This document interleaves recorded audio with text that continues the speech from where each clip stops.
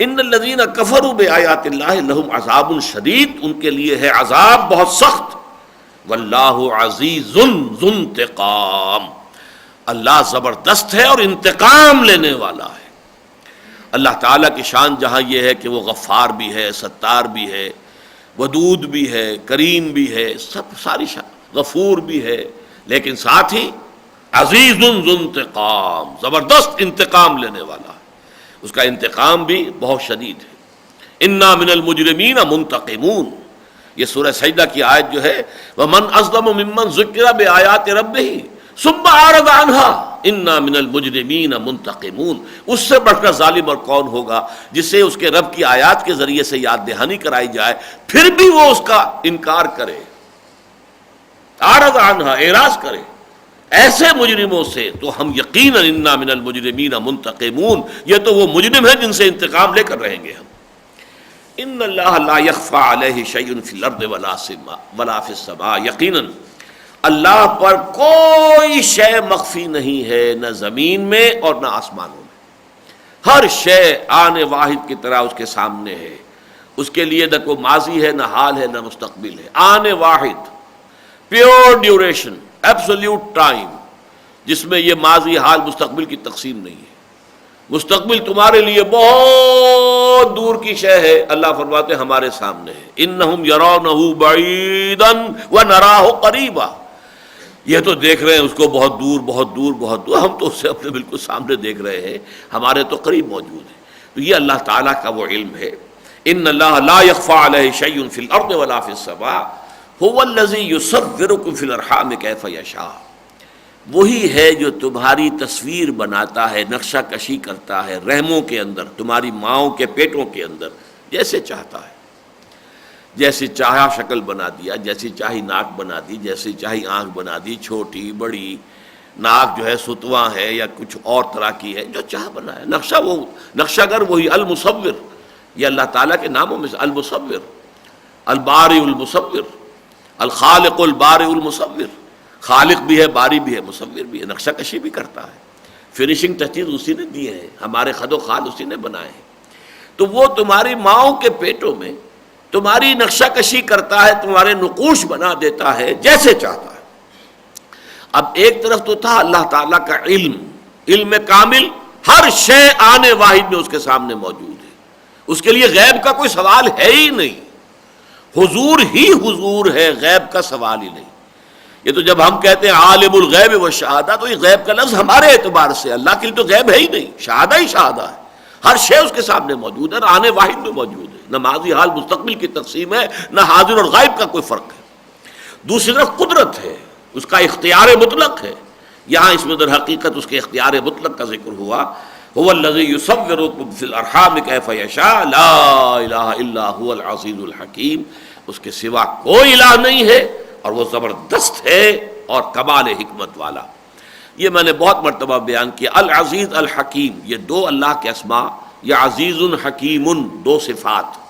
نکرہ کی حالت میں ہوگا تو صفات ہے، الف لام لگا ہوا ہے اور معرفہ ہو گیا ہے تو نام ہے۔ یہ جوڑا بہت کثرت سے قرآن مجید میں آیا ہے، اور اسی طریقے سے دونوں اسماء کو جڑواں شکل میں، تاکہ یہ حقیقت واضح ہو جائے کہ اللہ تعالیٰ کا ایک طرف اختیار مطلق ہے، جو چاہے کرے۔ اور آپ کے علم میں ہوگا کہ پولیٹیکل سائنس جو خود اپنی جگہ ایک علم ہے، تو اس کے ایکسیمز میں سے، اس کے اصولوں میں سے ایک یہ بھی ہے، authority tends to corrupt and absolute authority corrupts absolutely، جہاں کہیں اختیار ہوگا وہاں کرپشن کا امکان پیدا ہو جائے گا، ٹینڈنسی ہے اختیار میں، ٹینڈنسی ہے، رجحان ہے، میلان ہے کرپٹ ہو جانے کا، بے راہ ہو جانے کا، اور جہاں اختیار مطلق ہو پھر تو وہ مطلق کرپٹ ہو جائے گا، مطلق بے راہ ہو جائے گا۔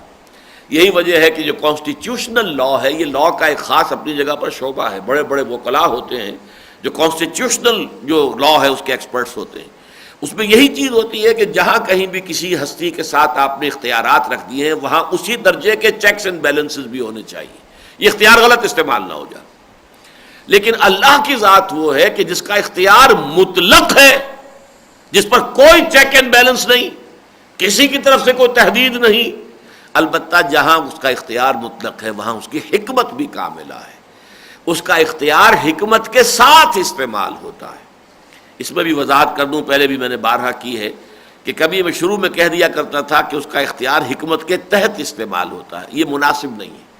اللہ تعالیٰ کی تمام صفات اور تمام شانیں، اللہ کے اسماء مطلق ہیں، کوئی کسی کے تابع نہیں ہے، بیک وقت برابر موجود ہے، ان میں سے کوئی کسی کے تابع نہیں ہے۔ لہذا یہ کہنا صحیح نہیں ہے کہ اس کا اختیار اس کی حکمت کے تابع ہے، بلکہ یوں کہیں گے ساتھ ہے۔ جہاں ایک طرف اس کا اختیار مطلق ہے، وہیں اس کی حکمت کاملہ بھی جو ہے وہ اس کے ساتھ موجود ہے، لہذا اس کے غلط استعمال ہونے کا کوئی امکان نہیں۔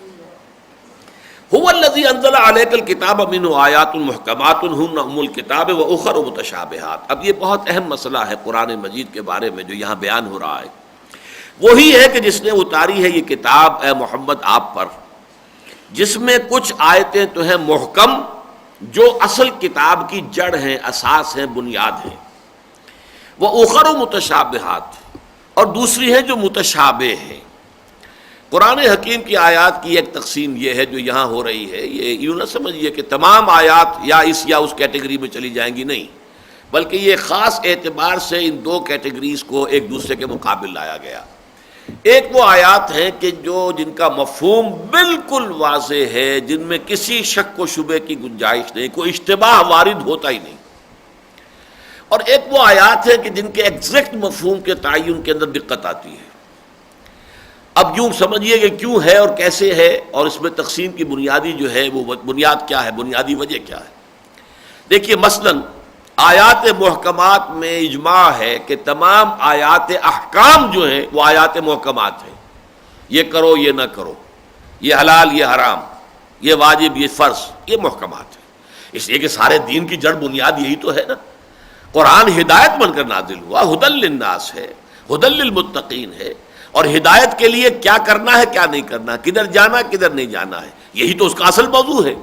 لہذا اپنی اس ہدایت عملی کے ضمن میں قرآن محکم ہے، پختہ ہے، واضح ہے، مبرہن ہے، کسی شک و شبے کی گنجائش نہیں۔ البتہ قرآن مجید اس عالم غیب کی بھی خبریں دیتا ہے جس کا ہمیں کوئی اندازہ نہیں، ہمارا کوئی تجربہ نہیں، وہ ایک بالکل جدا عالم ہے، عالم غیب۔ فرشتے ہیں کیسے ہیں، کس طرح کے، ہم نہیں جان سکتے، وہ ایک ایسا عالم ہے جس کا ہمیں کوئی تجربہ ہوا ہی نہیں۔ گزر ان کا ہوا کب عالم اللہ اکبر میں، ہمارا گزر ہی نہیں ہوا اس میں۔ اللہ کی ذات و صفات، قبر میں کیا ہو رہا ہے کیا ہوگا، عالم برزخ میں کیا ہے کیا ہوگا، قیامت کے دن کے حالات و واقعات، ان کی کیا اصل حقیقت ہوگی، کیا نوعیت ہوگی، جنت کی نعمتوں کی حقیقت کیا ہے، دوزخ کے عذاب کی کیا کیفیت ہے، کہ وہ آگ بھی ہے اور وہ جلا بھی رہی ہے لیکن مارتی بھی نہیں ہے، لا تبقی ولا تذر، لیکن یہ ہے کہ موت بھی نہیں آتی۔ پھر یہ کہ اسی کے اندر سے اس کی تہ میں سے وہ درخت بھی نکلا ہوا ہے، وہ زقوم کا درخت جو ہے وہ جنت جہنم کے عین جب سے نچلے طبقے سے ابھر کر آتا ہے اوپر۔ اب یہ کیفیات وہ ہیں جن کو ہم صحیح سمجھ نہیں سکتے،